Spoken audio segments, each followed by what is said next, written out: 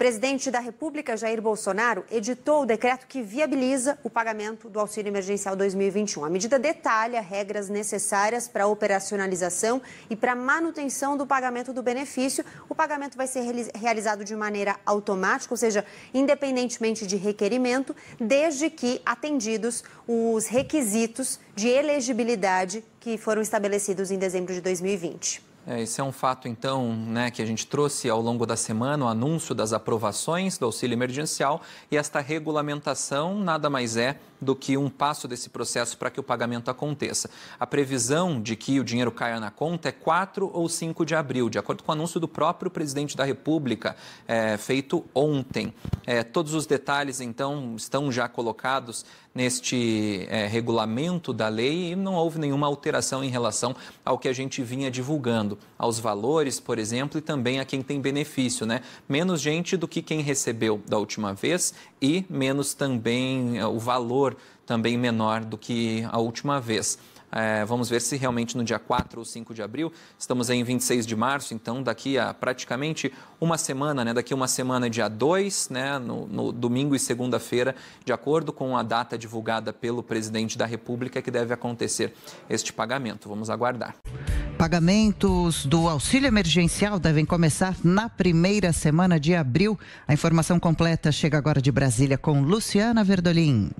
Olha, o presidente Jair Bolsonaro confirmou ontem que o pagamento da segunda rodada do auxílio emergencial começa mesmo no início do mês de abril, entre os dias 4 ou 5.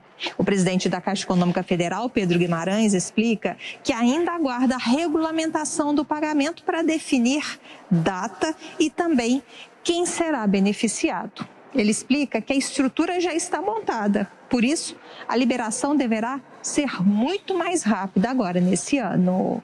São pessoas que, se a gente ficar 10 dias fechado, no dia 5 de abril, na segunda-feira, daqui a 2 semanas, teria a maior aglomeração da história. O presidente Jair Bolsonaro anunciou ontem 3 bilhões de reais para santas casas e hospitais filantrópicos.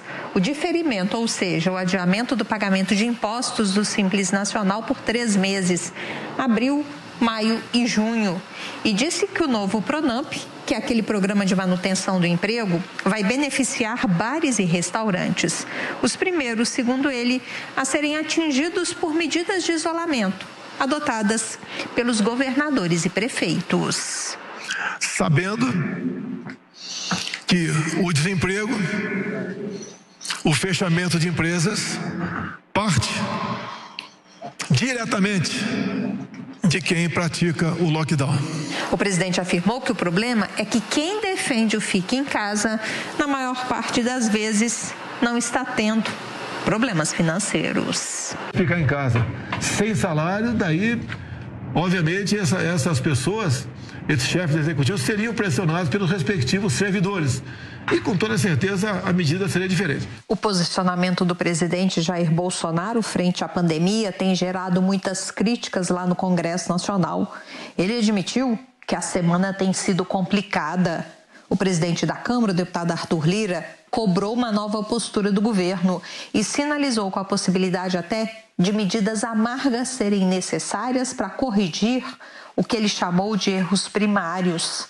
Ontem, para tentar selar a paz, o presidente chamou Lira para o encontro aqui no Palácio do Planalto. Bolsonaro fez questão de levar o presidente da Câmara ao final do encontro até o carro e garantiu que tudo está em paz. Eu conversei com o Lira, não tem problema nenhum entre nós, zero problema. Ele falou alguma coisa? Zero. Conversamos sobre muitas coisas. E o que nós queremos, juntos, é buscar maneira de contratarmos mais vacinas.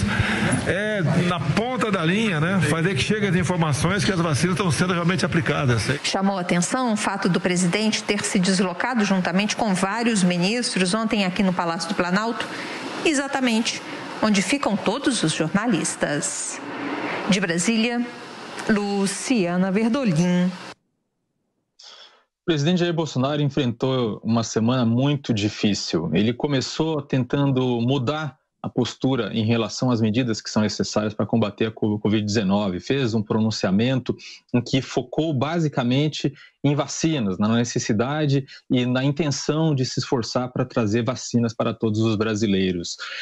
Depois fez uma reunião com alguns governadores alinhados a ele, com o presidente da Câmara, o presidente do Senado, com o presidente do STF e com o objetivo de promover a união no combate à pandemia. Nessa reunião, muitos dos presentes disseram a ele que toda essa mudança de postura deveria incluir também a aceitação do isolamento social como uma medida de prevenção para que os casos não continuem subindo, né? Mas esse é um ponto que bate de frente com as convicções do presidente, o que ficou bastante claro nas declarações feitas ontem por ele. Apesar do que ele disse, até o ministro da Economia, Paulo Guedes, ontem em apresentação na comissão do Senado, deixou claro que isolamento social é uma medida importante e que cabe ao governo procurar soluções econômicas para mitigar os impactos dessas medidas.